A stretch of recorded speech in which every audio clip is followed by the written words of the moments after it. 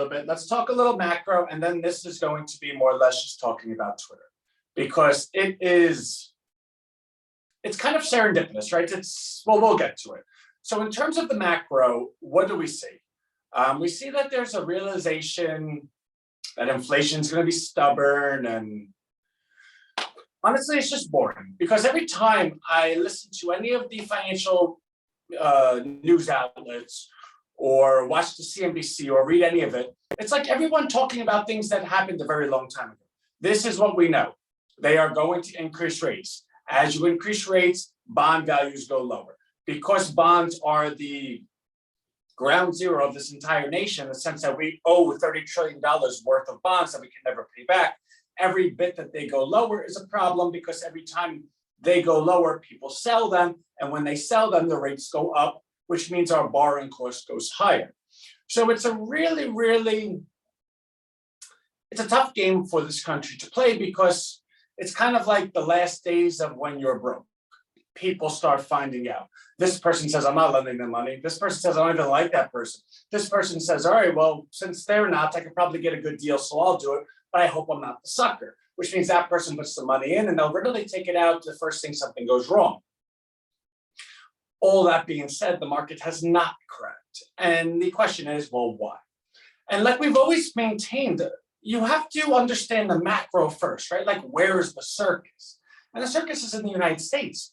Just because there's not free money being printed out by the Federal Reserve that allows, really bad stocks to just continue flying like AMC or GameStop, doesn't mean that there's money not in the US. Because as you take a look around the country, you could take a look at the second largest economy, which is China, which is a communist country. Like, you would never put your money in China. And if you did, and you did not get it back, you would say, oh, well, I should have realized that, right? More so than that, China's actually reporting that they have COVID deaths. For China to report that they have COVID deaths is a problem. And one might say, well, why are they reporting that? Because China controls their state media. Nobody would know they have COVID deaths unless China wanted them to know they have COVID deaths. So you have two things. Either they have COVID deaths and that's bad, or they want you to know they have COVID deaths, and then why are they doing that? And that's probably bad too. So China, cross it off. Europe. Now, with the war that's going on between Russia and Ukraine, Ukraine's not in NATO. So the NATO countries have no Article 5 responsibility to go ahead and defend Ukraine. Fine. But now Sweden and Finland are looking to get into NATO, which they said they'll do this summer, because if Russia is going to be on a defensive, the other countries are like, we just saw what happened in Ukraine. We don't want that to happen to us. And in which case, Russia is going to respond and say, hey, listen, we're going to start putting our nuclear deterrents and warheads over here, here, here. Because the thing that Russia has always said, and if you listen to Putin, he said it himself, NATO is just a toy of the US. NATO is a Trojan horse for the US to put their missile defense systems all over Europe. And for this, they go ahead and bribe you to do it. Hey, listen, if you're in NATO, we'll do this, this, and this for you. Which is what Trump ran on, saying, why are we spending so much money for NATO? It doesn't make sense.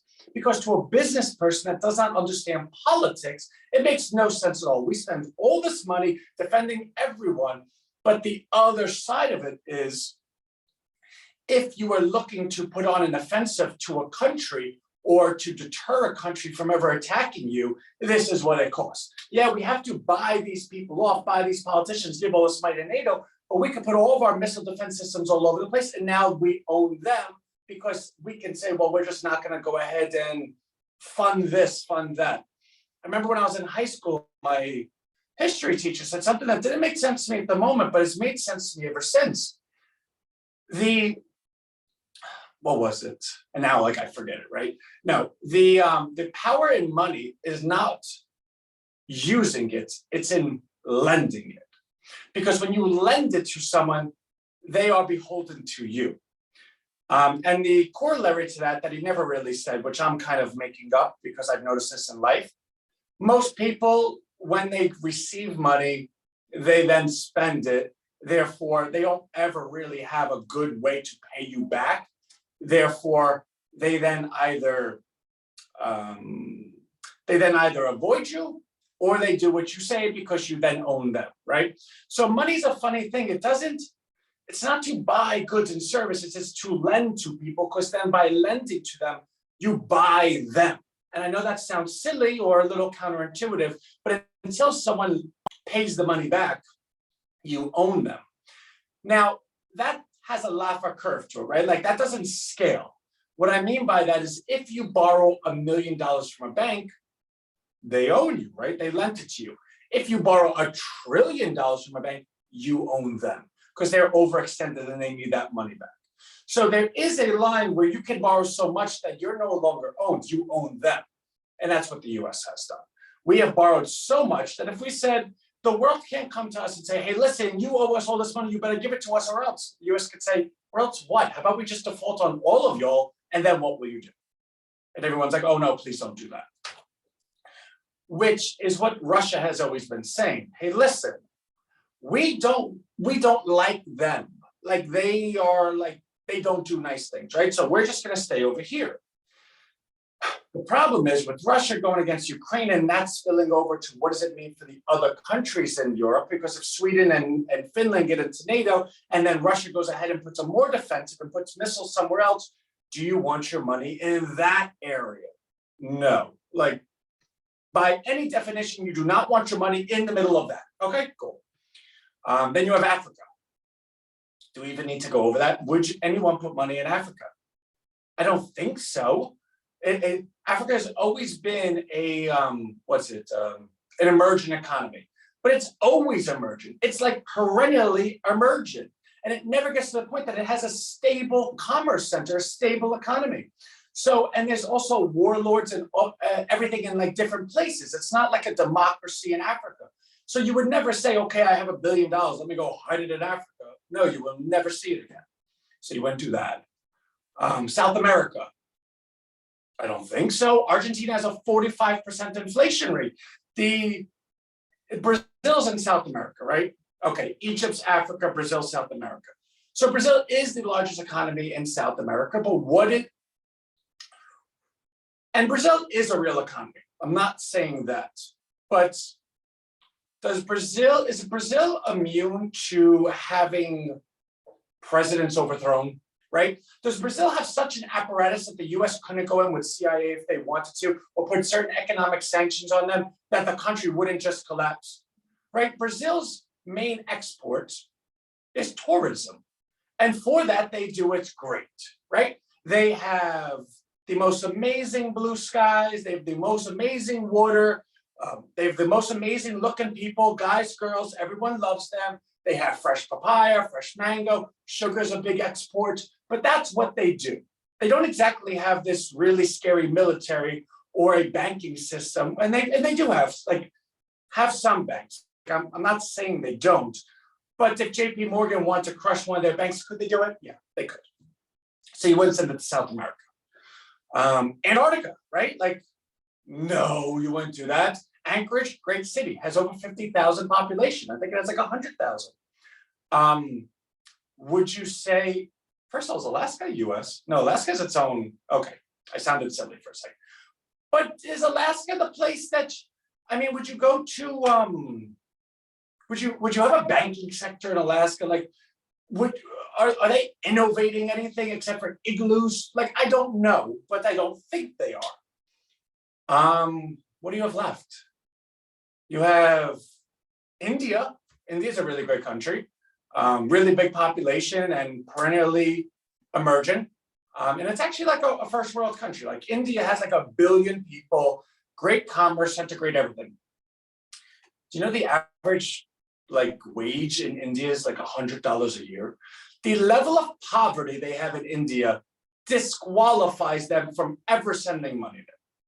Because if a country comes into billions and trillions of dollars in investment that has such a level of inequality and poverty, which makes the US look like everyone is treated very fairly, it's beholden onto the supreme leader or the president or whatever their top political office is, that when the people uprise and say, you have trillions of dollars in investment in this country, and you're gonna say, hey, listen, we can't give it to the country because you have to hold it for the United States. Well, the hell with you. We want that money. We're done living on 10 cents a day. So I wouldn't send money to India, right? So when you go ahead, and again, guys, I know I oversimplified that and probably was offensive somewhere, even though I tried really hard not to be. And I only say that because there's probably one person that doesn't like something I said. And I say from the bottom of my heart, I didn't mean to be offensive, right? Like I'm just talking to you. That being said, there's only one game left in town. When you measure how bad those places are to send money and how much risk is associated, then you take a look at the United States. And you say, yeah, they have this bumbling president. They have a corrupt political system, but their political system works because states have rights and states have senators and senators are elected every 4 years. States have governors, they're reelected every 4 years. The country has a president that's reelected every 4 years. So no matter how bad things are there, these people still need to run for reelection. So it kind of quashes the notion that it can never get too bad. The United States is one of those things where it's going to stay like this until it falls off a cliff because it can't get progressively worse without people, like it could get worse in the sense of putting a frog in water and turning the water up little by little by little. But that's also over generations, right? Like, oh, I remember what it was like 10 years ago, very different than it was today. Other countries remember what it was like yesterday. So because we have a political system that allows democracy to work and allows voters to vote, even if you're dead in this country, you could vote because you could just mail it in. In fact, if you're voting Democrat, you could have your great-great-grandmother vote. See, it worked really well in this country like that. And I'm being silly, but I don't think the last election was exactly fair. But I'm an American first, so I support our country and our president. And I am an American, which means I have the freedom of speech despite what anyone says. And although people may not like what I say, I have the freedom to say it, right? So that's, oh, happy Easter, Frida. That all being said, when you have a country that guarantees your money, the currency the country operates is the currency reserve of the globe. The country is so perfectly placed on the globe in terms of having no ability to strategically placed on the globe so perfectly that it does not allow anybody to invade this country unless you're Mexico, in which case your citizens can invade the country at such a level that Mexico will never actually have to militarily take over America because half the country is going to be from their country because they just walk over the border. But I digress. And Canada's great. Canada's like our best friend. Canada has no interest in being in the US because Canada does things the way Canadians do. They have a very different way of life and we love them for it. And both of these countries are our biggest trading partners. And we do everything it takes to go ahead and make sure that they're always happy with us. And we know their military, we're partners with them. So do we think Canada is going to invade the US at any time? No. Do we think Mexico is going to militarily invade the US at any time? No. Which means for anyone to invade this country, they have to fly over the Atlantic Ocean or the Pacific Ocean, or they have to go through our two closest allies and go through their country and then come into ours, which means that's not going to happen. And if anybody was going to send a missile to our country, they have to send it over the Atlantic Ocean or over the Pacific Ocean, where we have boats everywhere, ships that are going to shoot it out of the sky. And if they send it, they're probably going to get shot out of the sky by every turret that we have in every country that's in NATO. So the only way you can attack this country is economically, which is the bond market, right? So the point is money goes to its best, where it's best treated. It goes to the tallest midget. It doesn't need, money does not stop and say, okay, I'm looking for a tall person. They look for the tallest person, right? Because money has to go somewhere. It doesn't sit under your bed. You will never put $1 billion under your bed, okay? So regardless of all the things that one could say is bad about this country, which we could share a lot of economic, like, this is Armageddon, it's still the best country and the best place to put your money. So the dichotomy that we have here is that people that know America in America say this is bad, stocks go down. Everyone else around the globe are like, you guys are, hold on. Everyone around the globe is like, you guys are spoiled brats. Do you know how good you have it? I'm sending my money to you and I hope you guys all sell your stocks because I'll buy it even lower. So we don't see the market falling apart anytime soon. In fact, we believe the market's over 60,000 by 2030. We've always said that we believe that there will be a pullback in the market, but that the lows were already in.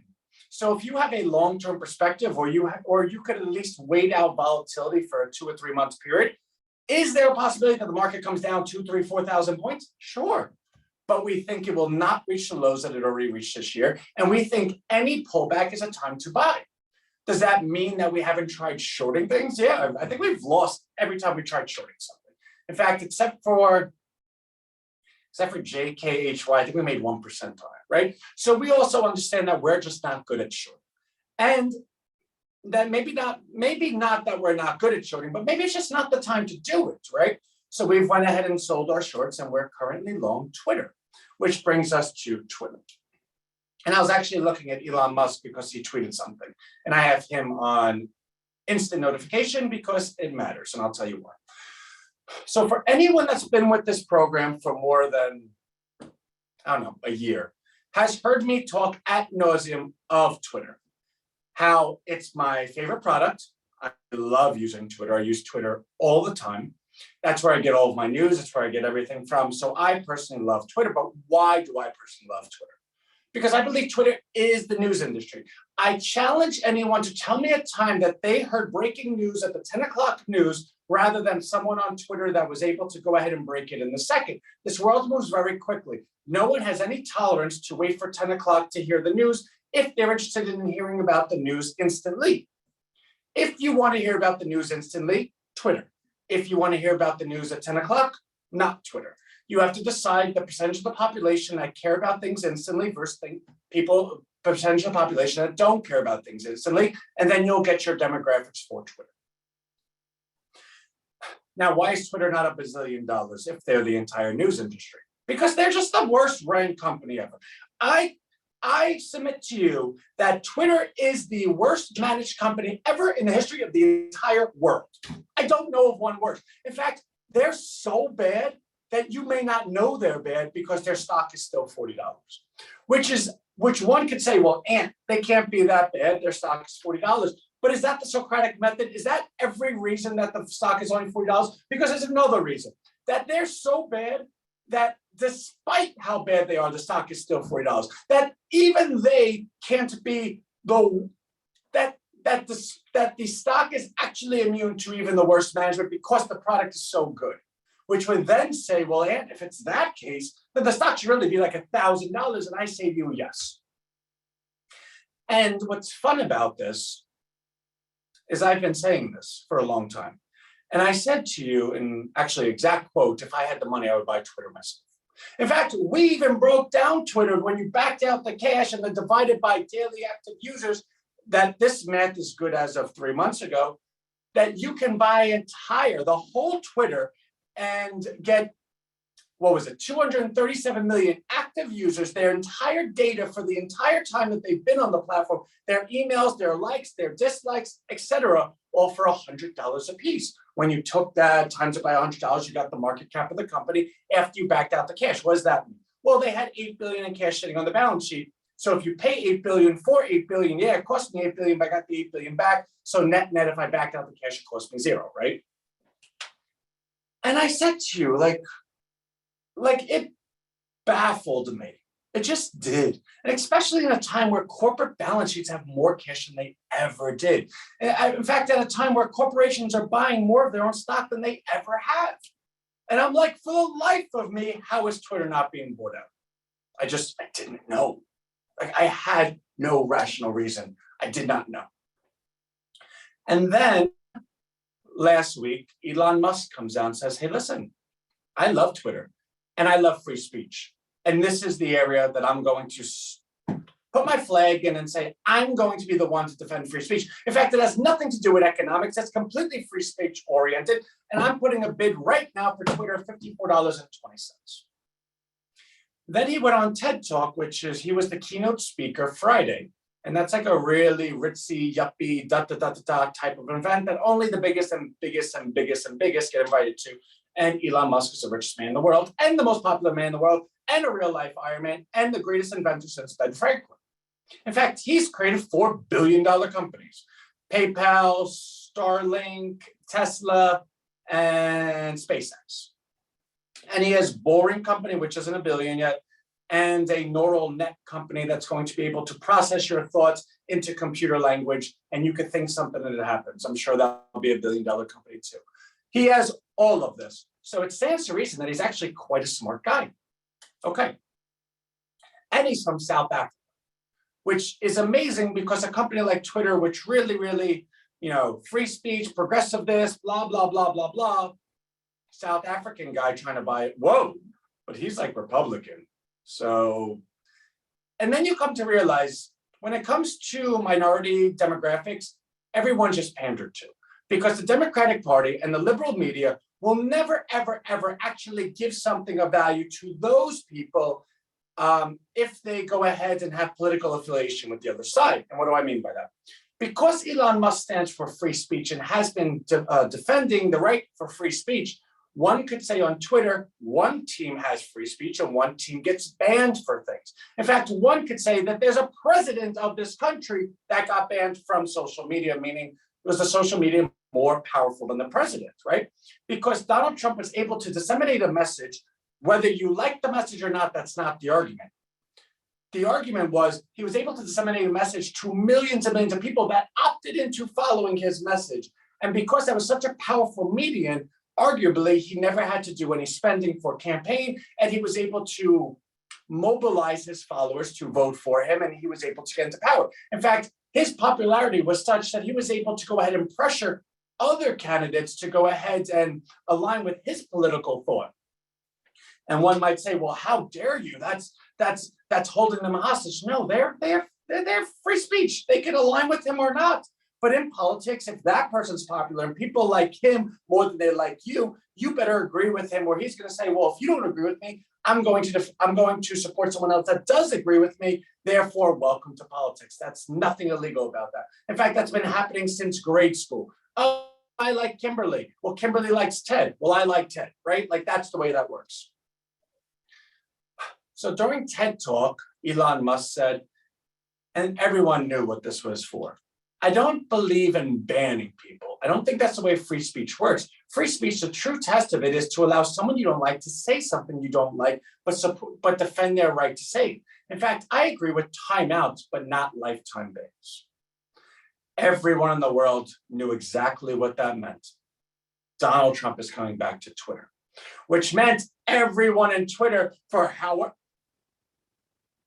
have done everything they could for him to not be able to take over this company because they cannot allow that. In fact, the Democratic Party in this nation, this is a platform that's outside politics. We're talking about money. But there are many times that politics enters into money. In fact, I believe a synonym for politics is money, right? So you need to actually have an understanding of the politics, even if you don't agree with it. You can't put your head in the ground and pretend it doesn't exist just because you don't want it to, right? So the political affiliation of those in Twitter, in fact, everyone of Palo Alto and really that San Francisco area is Democrat.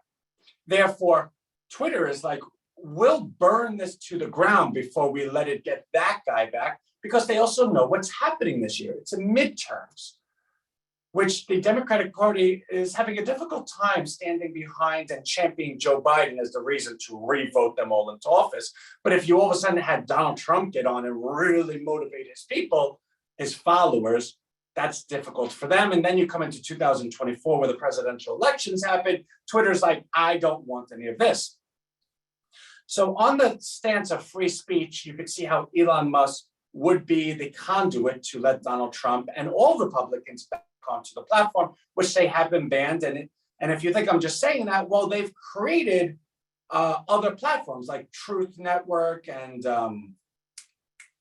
their YouTube one, I forgot the name of it, but they actually created other platforms just to go ahead and solve this challenge, because the challenge is real. You don't make other platforms if you don't invent something unless you're solving something, right?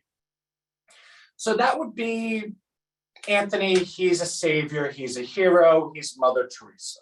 Okay. Well, there are other reasons too, right? Like Elon Musk is not the richest man in the world because he's not economically intelligent. the Democratic Party have a bill out called a billionaire taxes, right? And of course, it's for everyone 100 million or over because Democrats cannot, for the life of them, tell the truth about anything, but maybe neither can Republicans. But the billionaire tax bill is everyone with 100 million.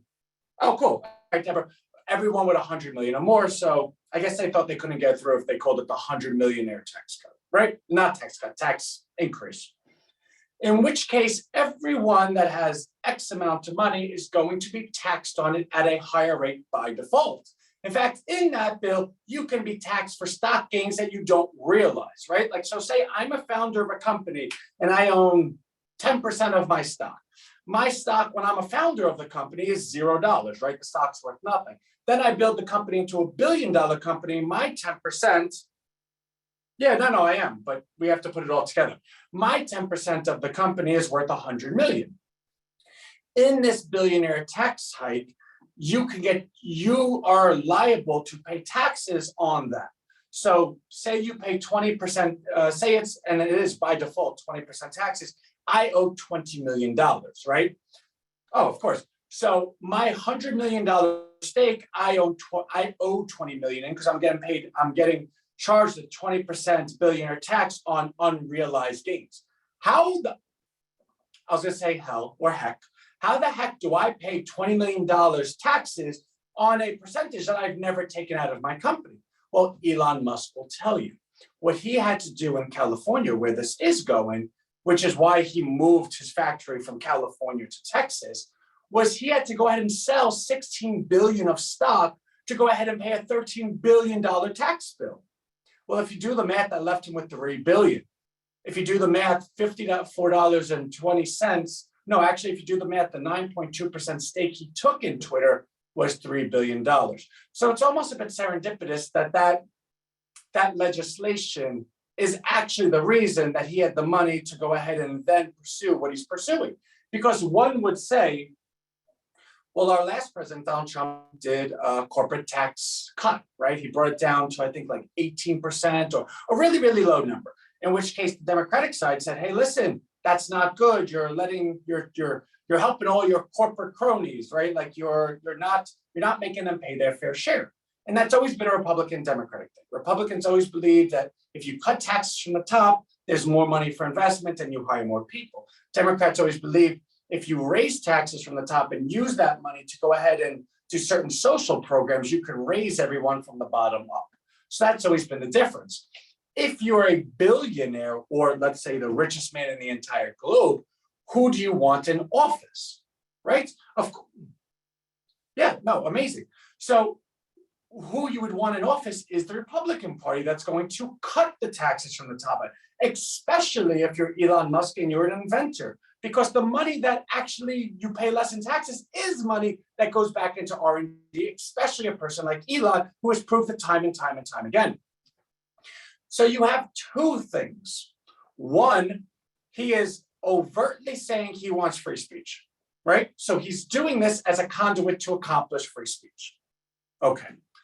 Two, it comes down to money. Now, if you go ahead and put a 20% default tax rate on unrealized gains, well, Elon Musk has what, 200 billion worth of unrealized gains? Is it possible that he has to pay $40 billion out of money he doesn't have? He has to sell his own stock to go ahead and make up that money, which means that stock price of the company goes down, which means his entire net worth gets hammered. He has less money to do R&D, and then he just gives it to people that he doesn't even know where it goes. Or does he want to go ahead and support the Republican Party that's actually going to cut what he's going to have to spend in taxes rather than raising it, in which case he can use that money to continue growing the company, maybe even buy some stock. So it's a very, very clear case. Economically, for the richest man in the entire world, especially one that's an inventor that's continuing to invent, R&D is the most important thing to him. It is completely conceivable that he has complete political affiliations and political support for the Republican Party, which means as a conduit to bring the Republican Party to office, to allow them to have free speech back on a platform that allows them to compete as aggressively as possible to make that happen, is 1 + 1 = 400 billion, right? So do I believe Elon Musk is going to get Twitter one way or another? Yes, but I'll even raise the stakes even further. Elon Musk So Tesla, I think, trades at like 100 price to earnings multiple or 200 price to earnings multiple. Okay, well, Denville, that is what a market's for, right? In every market transaction, someone is buying a stock and someone's selling a stock. That's what's beautiful about a market. The market is truth. No matter what, the market will tell you if you're right or wrong. So I don't know this. I'm offering you my opinion. And because you don't know it either, you're offering me your opinion, which means one of us will be right and one of us will be wrong, which is totally cool. That's amazing, right? The market will tell us. If Elon buys Twitter, the stock will go down. So I might actually use you as an example of, I don't want to. I don't understand how Elon buying a stock at a higher price makes the stock go lower. That actually economically makes no sense. But I appreciate your point of view because you're obviously passionate about it, which is fine. So one of us will be right and one of us will be wrong. And the market will tell us, not either one of us, right? That being said, Elon Musk and Tesla is like a 200 price earnings multiple. It is by far and away the most overpriced stock. When you take a look at how much people are willing to pay for those earnings, they are pricing it as the most expensive stock in the stock market, right? And the question then becomes, well, why is it so expensive? Why does Tesla get that pass? And it's because people like Elon Musk. And what I've always spoke about in Rhino is if you're liked, people want to do stuff for you. People care about the person, not the product. People, if they like you, they will do things that represent and illustrate that they do like you. So with Elon Musk, his stock gets far and away the best treatment of any company that I can remember since maybe Apple in 2007, 2008, 2009, probably to 2015. They are that company. That's all dependent on how much people love Elon Musk, though. So when Elon Musk comes out and buys a stake in Twitter, and he knows that everyone that loves him and follows him is also following him into Twitter. And at TED Talk, the gentleman that was interviewing, Christopher something, said to Elon or asked Elon or posed the question, hey, if the Twitter fails to accept your bid, do you have a plan B? Elon Musk looked him in the eye and said, oh, I have a plan B. And Christopher then asked and tried to follow up, well, what's your plan B? He goes, we'll leave that. I don't want to share that just yet. The point being, Elon Musk is now so far out there on a limb with saying he was going to do it, describing why he's going to do it, describing why the democracy of this country needs it, saying that it's not economical, it's completely imperative to democracy, that he has a plan B, and he's the richest man in the entire world, which means he has the money to do it. And at the same time, if he wants a partner to go ahead and go in with him, do you not take Elon Musk's call? When the top 1% have doubled their net worth since COVID, they have more money than they ever knew what to do with. Elon Musk calls you and says, hey, listen, I need to go ahead and secure financing to go buy Twitter. Don't worry, your money's guaranteed. I'll take care of it, and I'll owe you a favor. Will you go in with me? Who says no? And how many people say no? And unless the answer is 100% of people say no, there is another very, very clear path that he's going to get Twitter. Tesla will kill itself. Well, so you see, it's comments like that that actually do a disservice to you because your credibility now gets called into question because you're no longer making rational arguments, you're now making emotional arguments, which is fine. I'm a supporter of you. I like you, obviously.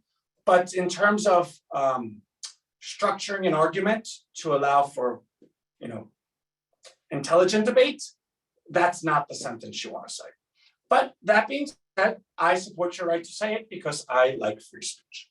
The point being, if Elon Musk goes ahead and pulls out of Twitter, right? Or he doesn't win Twitter, now what happens? His entire legacy is, oh yeah, you're Elon Musk, but Twitter beat you. Oh yeah, I remember because I believed in you, I followed you into Twitter and the stock got annihilated because they beat you. You allowed Twitter to beat you.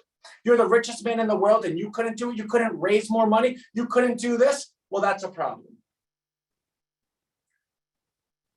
Oh, I understand.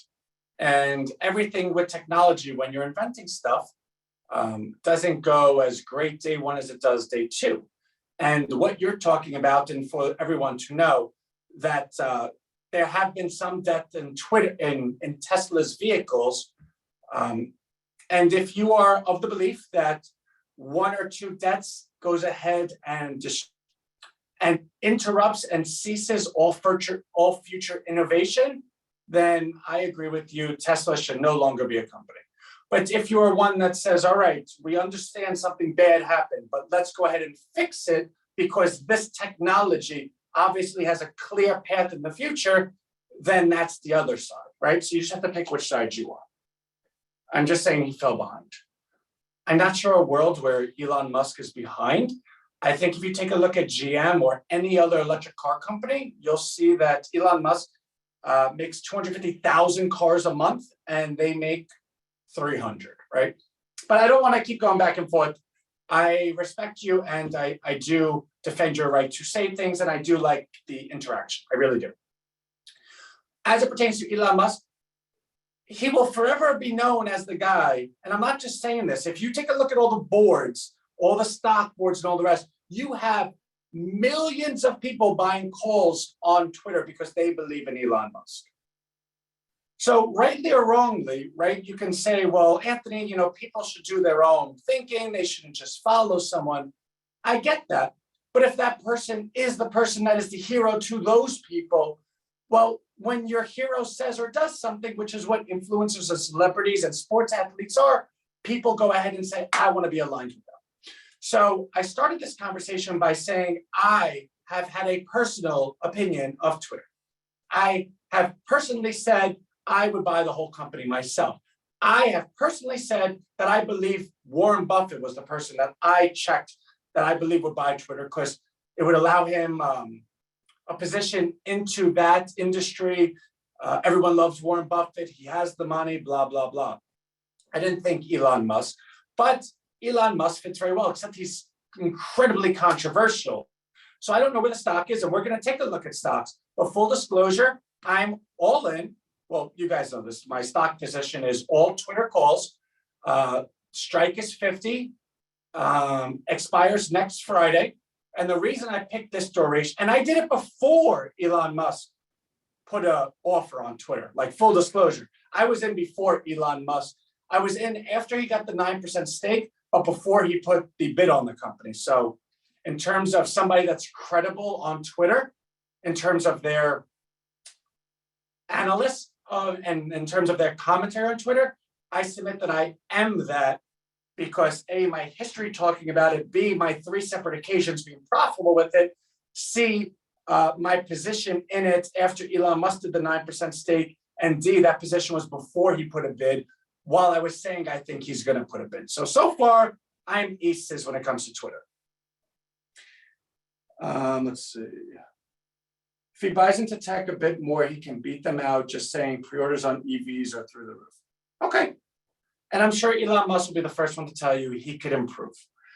Frida, he's not the only person that moved his business from California to Texas. Other huge, yeah, because, yeah, right? It's because the tax consequences and ramifications. I would rather if you buy it. Yeah, no, Denville, I do own it. I own a lot of call options on it. All right. So why this time frame? Then we'll go take a look at stocks. We have identified this time frame because Tesla reports earnings Wednesday. Elon Musk will be on that call. We suspect he will be asked questions. We suspect that he's and we're putting our behavioral science cap on, right? That he is so brand oriented because his entire net worth depends on his brand, that if people all of a sudden hate Elon Musk, then Denver will be right. All of a sudden, they'll start getting sued for the cars. GM will go ahead and get a bigger market share, blah, blah, blah. So we believe that he will say something on that call that is very, hey, guys, don't worry, I'm doing this. And we believe that moves Twitter higher. Plus, you have the entire weekend for him to do more tweets and for people to come up with additional analysts. Then next week, Thursday, Twitter reports earnings. And if he has not bought the company by then, you can bet your bottom dollar that that the entire Q&A is going to be talking about why aren't you taking his bid? And the only rational thing that board could say Well, we've been offered other bids as well, and we're deliberating. Which means if Twitter comes out and says, hey, listen, they have a bidding war, there's more than one person bidding on the company, what's the path of the stock price, right? And God forbid they have good earnings by themselves, right? Like you also have that. And you also have the following, like the Reddit crowd that bought GameStop and AMC, conceivably all coming into Twitter. So I'm going to say this right now, and I'm not sure that I've said this yet. Actually, I did say it about PSTH, and that was a complete nightmare, right? Those that remember that was a bad thing. So maybe this sentence is actually a sign of bad.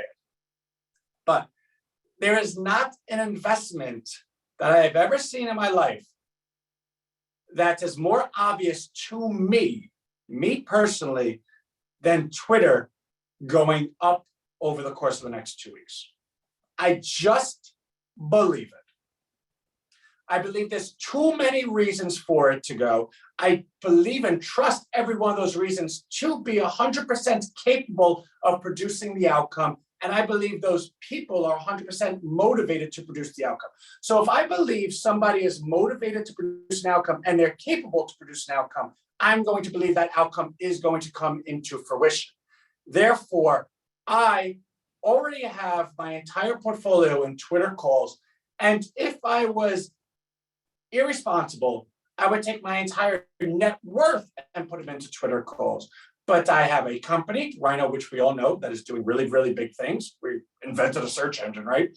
I have a wife, I have a family. I can't do that.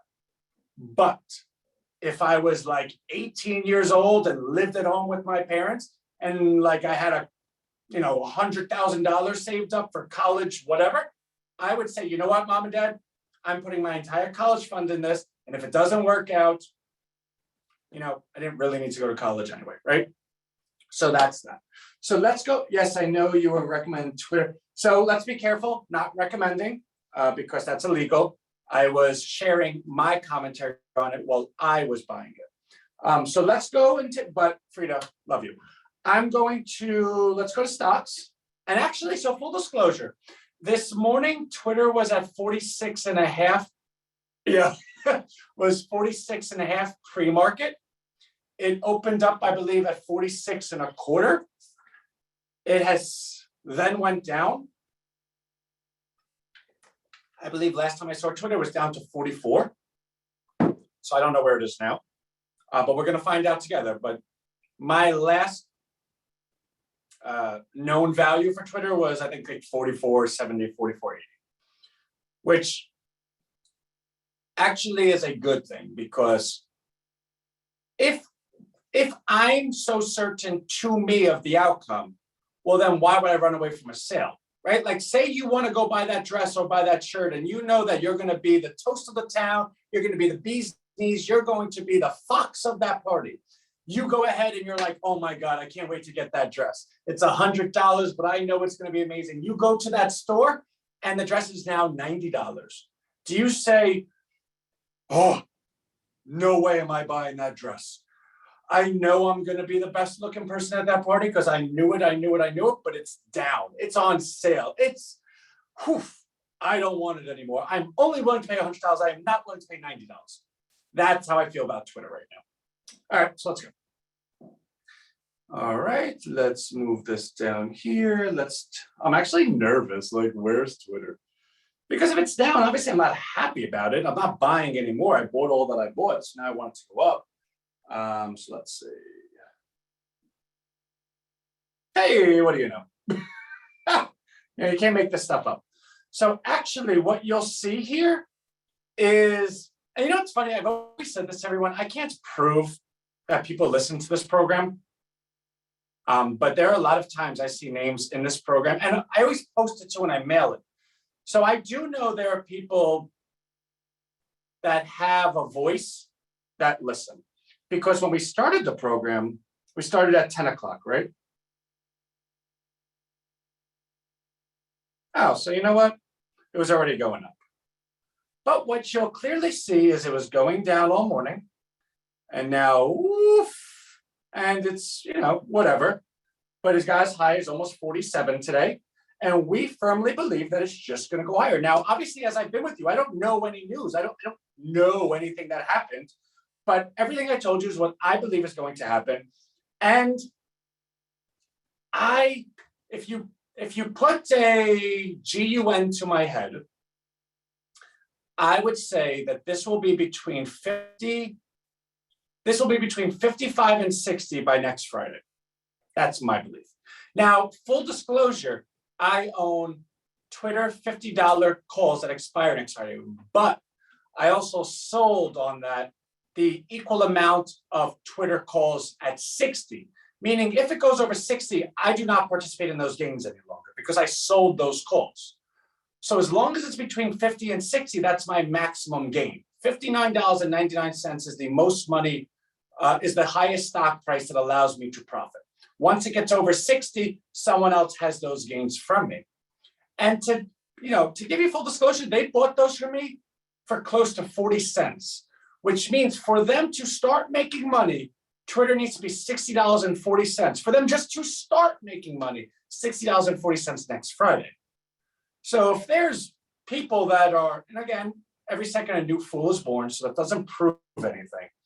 But I submit to you, it's a good thing. Okay, so let's see where the market is first of all. Okay, now this market was, look at this. Even the ex-CEO is criticizing the Twitter board, because I'll have you know, this is actually something even cooler. The entire Twitter board, all the people that went ahead and declined Elon Musk's bid, own collectively 77 shares of the company. In fact, there is a Twitter board member that has never even tweeted.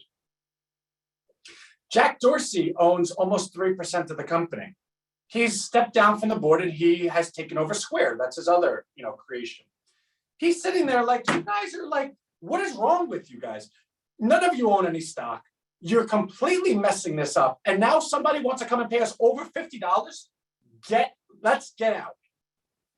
So when the founder of the company is criticizing your own board, I got to tell you, the end looks pretty obvious. So the Dow is up 0.25%, the S&P is 0.26%, Nasdaq's 0.28. That is really like ho-hum, everyone's happy. It's like the same thing. And the VIX is up a little bit, but nothing really. Russell's down a little bit, but nothing really. But when you have this as your front, it sounds like CNBC might have a certain expectation and they're, championing it. All right, so let's take a look at stocks. So this is on a minute chart, right? So it's a little unfair, but I wanted to see tick by tick by tick by tick because I'm sick in the head. Now, what we will find on our super duper duper list is let's go back to today.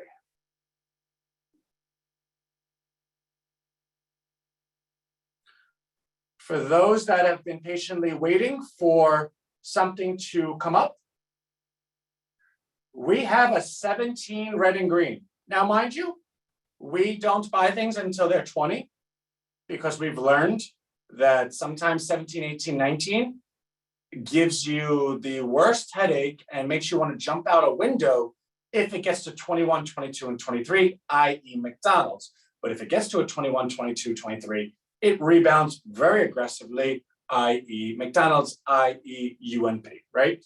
So we are quietly salivating over this. Mail quit unexpected. Right, well, get out of here. Quietly salivating over this.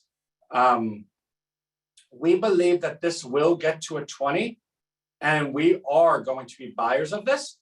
Hopefully, we have a lot of profit from our Twitter position and we move it right into ICE.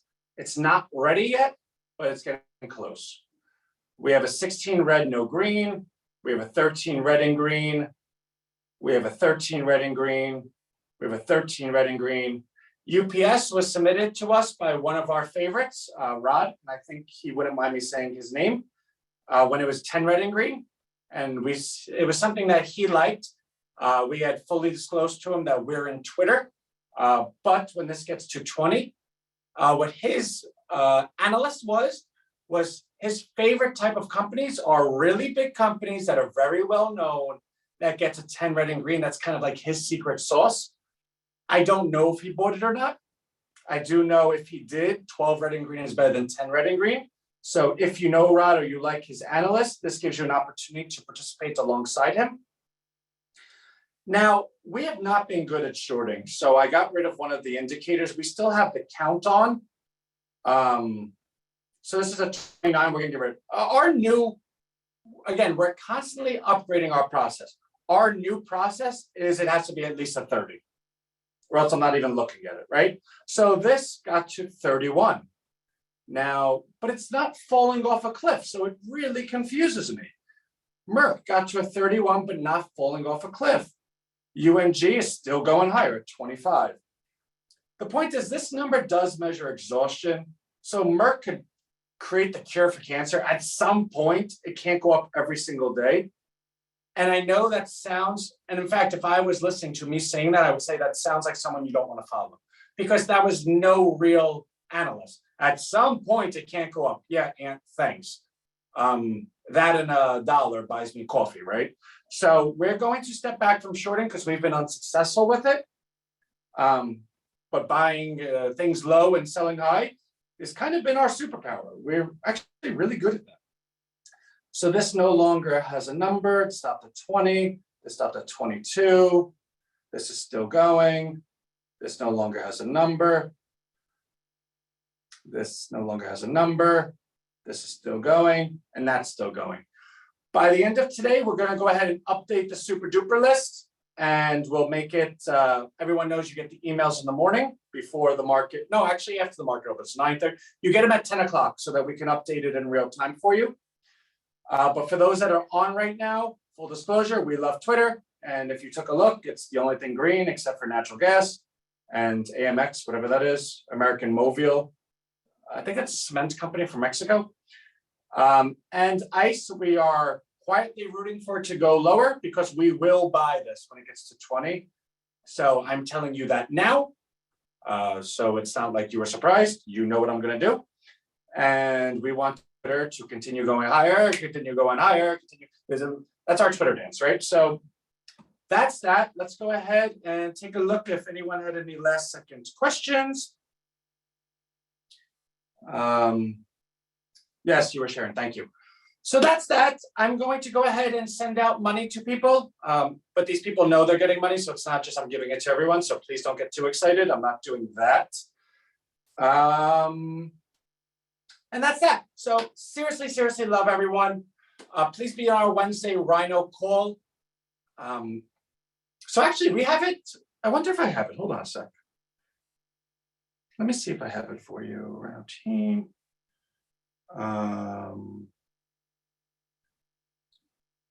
Hold on with me for 1 second. Is that what I'm doing? Let me see if that's what I'm looking for. No, that's not it. Stay with me, please. Am I just losing my mind these days that I can never find what I'm looking for? That it's absolutely impossible.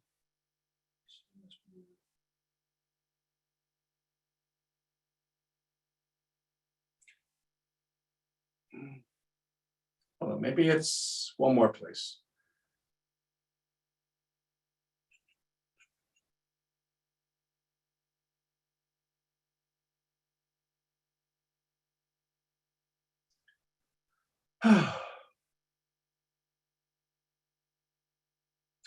So apparently I just don't have it, and which is a problem because I need to find it. Actually, you know what? I know where it is. I remember.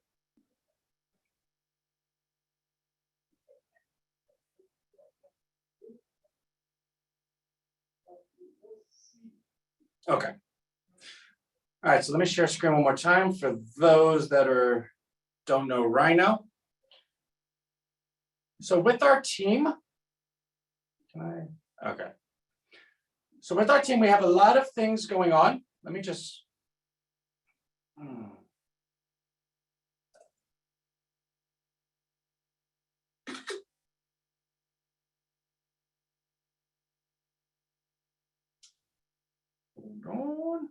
Hold on, Sally.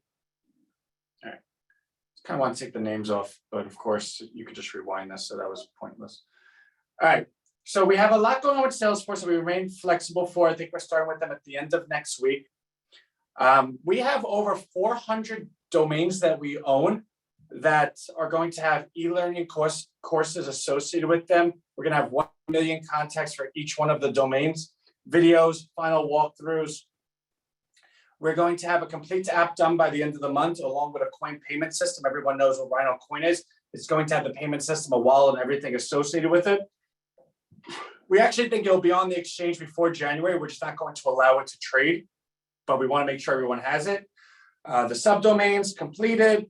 Now, mind you, each subdomain is like nyc.rhinostreet.com. If you go to it, you're going to bring it to Rhino Street. But instead, that subdomain is going to go to a lander that has our commercial in the middle that celebrates New York City, automatically redirects to Rhino Street when the commercial's done, a big arrow showing you what Rhino Street is, and a complete walkthrough how you can be a part of what we're doing that's going to change the world. This is going out to 401 different, every city that has over 50,000 population will get emailed and ads for this. That's going to give them so much stuff. I don't want to share it now. It's going to go to the police, the firefighters, the YMCA, the Mothers Against Drunk Driving, the clinics, the schools, the principals, the teachers, the PTA, the YMCA, the ASPCA, the VFW, the Small Business Administration, the Chambers of Commerce,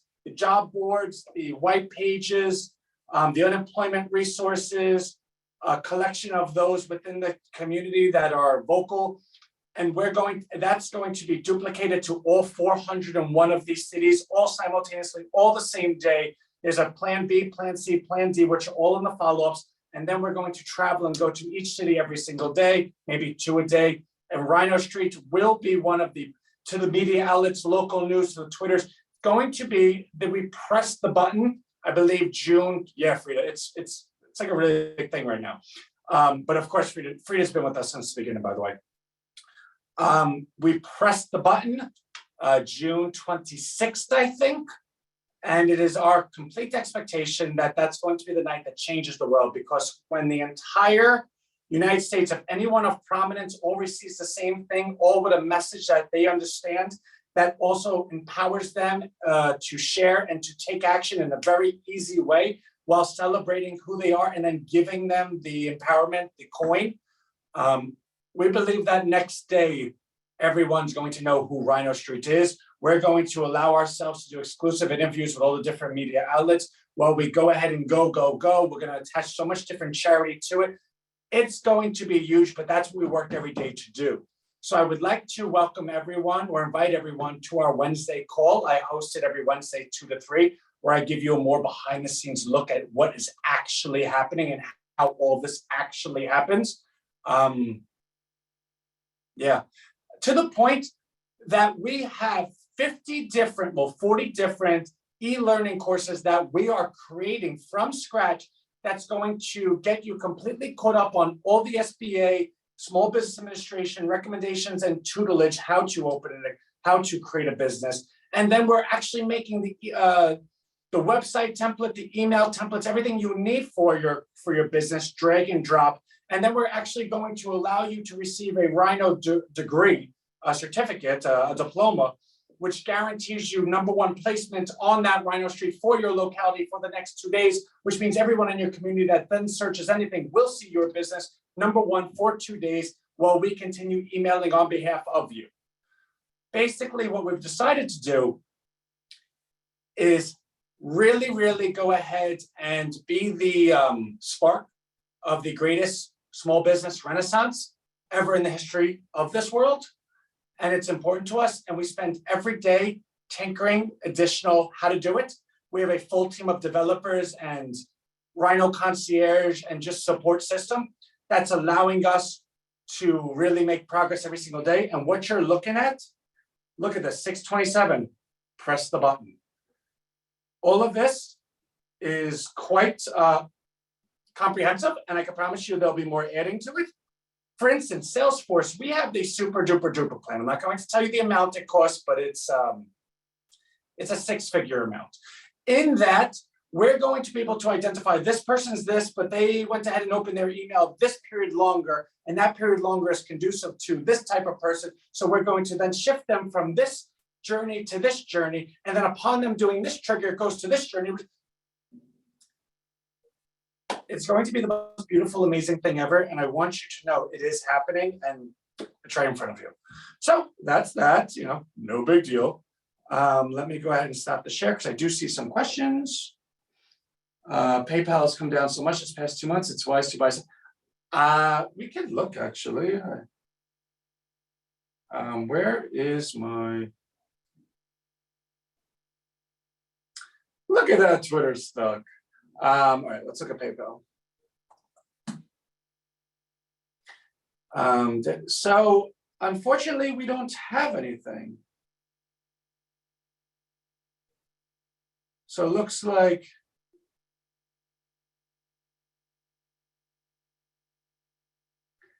well, you know what? It's a 9 red and green. So we're actually going to put this on our super duper list because if it stays down tomorrow, it will be a 10 red and green. Now, as you know, 10 is the first number that we would even, if someone said, hey, I bought a 10 red and green, I would say you are a, you're a real risk taker, but we feel that you'll be safe. That being said, we will wait till it gets to a 20 before we ever purchase it. So if you did purchase it tomorrow because it was down, we would say more than likely you'll be profitable. If you waited till it got to a 20, if it did, we would say nothing's a guarantee, but 99.99999 that you would be profitable. So that's our take with Twitter.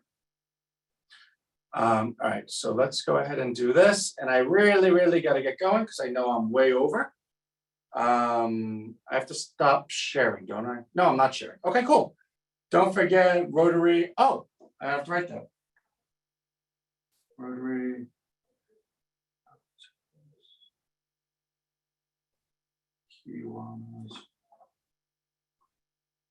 Yeah, thank you so much, because when I was looking at service clubs, I didn't know how to really find them. So I will actually do that. I'll send out an email. If people could just kind of volunteer different service clubs within their community. My goal, well, not goal, because it has to happen. It's not like if I don't get it, right? My task is 2,500 emails per city of 50,000 more, which equals 1 million emails. And they're all going to be correctly coded, tagged. I have a lot to do. But I don't say that to impress you, but to impress upon you, because we're all in it together. So, oh, by the way, we're getting close to 1,000 rhinos. I think we're at 963, 64. I don't know what we're going to do when we get to 1,000, but we should have a bit of a rhino party. All right, gotta go, guys. Love you, love you, love you. I will see you next week. Please join me on Rhino, and I will be able to see you Wednesday. Bye, everyone.